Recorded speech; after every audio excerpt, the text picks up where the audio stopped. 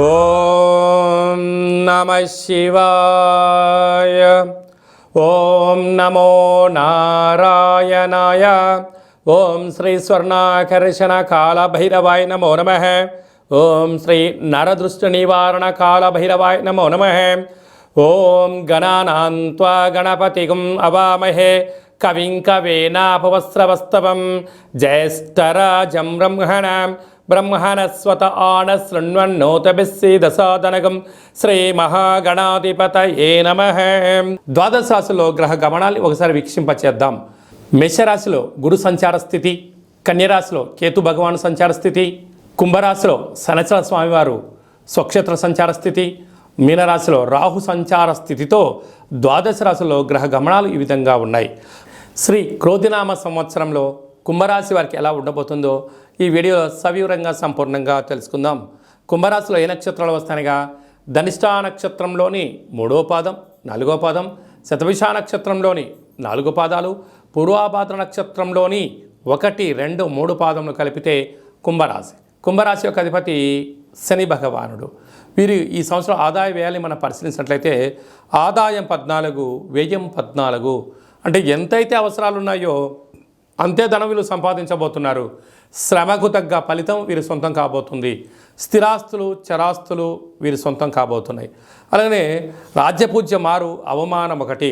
రాజకీయాల్లో రాణించాలి అనుకుంటున్న వారందరికీ కూడా చాలా మంచి కాలము అని చెప్పి మీరు గమనించగలగాలి. అలాగే మనం కందాయ ఫలితాన్ని బాగా గమనించినట్లయితే ఒక శతభిష నక్షత్ర జాతకులకు మధ్యసున్న కారణం వలన మనోవేదన, ఆత్మ క్షోభ, ఎవరి చెప్పుకోలేనటువంటి బాధలు వీరికి ఎక్కువ అవుతాయని చెప్పి గమనించాలి. ఈ సంవత్సరము మంత్రివర్యులు శని భగవానుడే అవ్వడం వలన నిత్యము ప్రపంచంలో కరువులు, కాటకాలు, ఇబ్బందులు, ప్రమాదాలు, జలగండాలు, అగ్ని ప్రమాదాలు అనేకంగా పొంచి ఉన్నాయి. కనుక కుంభరాశి యొక్క అధిపతి శనిచర స్వామివారు 30 సంవత్సరాల తర్వాత తన సొంత ఇంట్లో ఉండగా వచ్చినటువంటి ఈ యొక్క సంవత్సరం అవ్వడం వలన నిత్యము ఆధ్యాత్మిక చింతన, ధర్మ మార్గంగా ఉండడం, గోవులకు, పక్షులకు దానం చేయడము, మీ జన్మ నక్షత్రం రోజున అష్టమి, అమావాస్య, పూర్ణిమ తిథి ఎందున దూరావాయు జల ప్రయాణాలు పెట్టుకోకపోవడం, ధర్మంగా ఉండడం వలన వీటన్నిటినీ అధిగమించే ప్రయత్నం అవుతుంది.